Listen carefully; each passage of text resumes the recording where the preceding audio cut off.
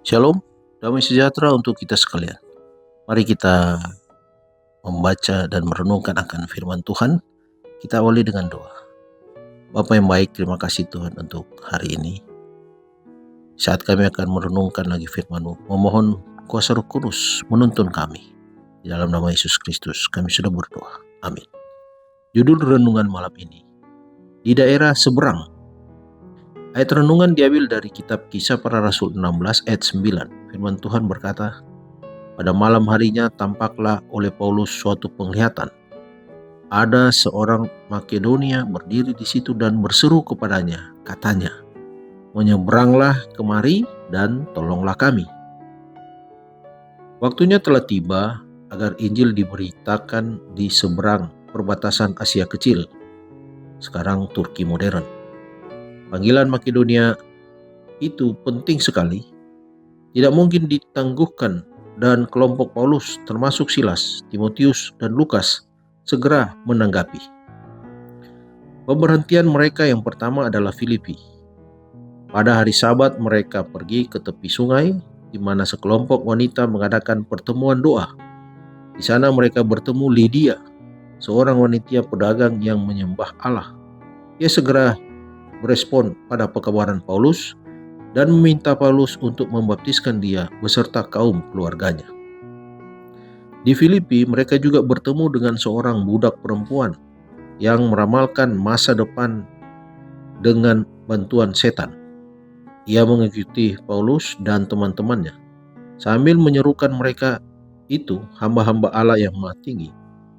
Setelah beberapa hari, Paulus memerintahkan roh jahat untuk meninggalkan perempuan itu. Ini membuat para majikan yang mendapat keuntungan dari ramalan perempuan itu, membuat marah para majikan.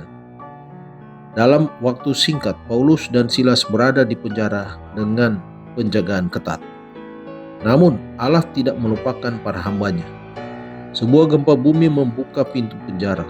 Rantai dan pengikat terlepas dari para tahanan. Penjaga penjara yang mengetahui bahwa ia akan membayar dengan nyawanya sendiri bila semua tahanan terlepas, menarik pedangnya untuk membunuh dirinya sendiri. Paulus menghentikan dia sambil meyakinkan dia bahwa semua tahanan ada di tempat. Penjaga penjara itu mengumpulkan semua yang tampak baginya dan mendengar Paulus dan teman-temannya serta menyadari bahwa ia memerlukan keselamatan yang dikabarkan oleh Paulus. Ia meminta Paulus menunjukkan jalan kehidupan kepadanya yang membuat Paulus begitu tenang menghadapi semua malapetaka. Ini semua menuntun pada didirikannya gereja Kristen pertama di Filipi.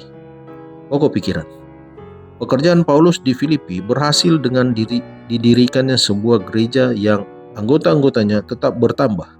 Semangat dan pengabdiannya, dan lebih dari semuanya, kemauannya untuk menderita bagi Kristus dan memberikan diri mereka dengan pengorbanan yang ikhlas kepada pekerjaan penebus mereka. Dikutip dari buku Alfa dan Omega jilid 7 halaman 185. Pelajaran malam ini. Allah memiliki suatu solusi untuk tiap kesulitan yang kita hadapi. Mari berdoa.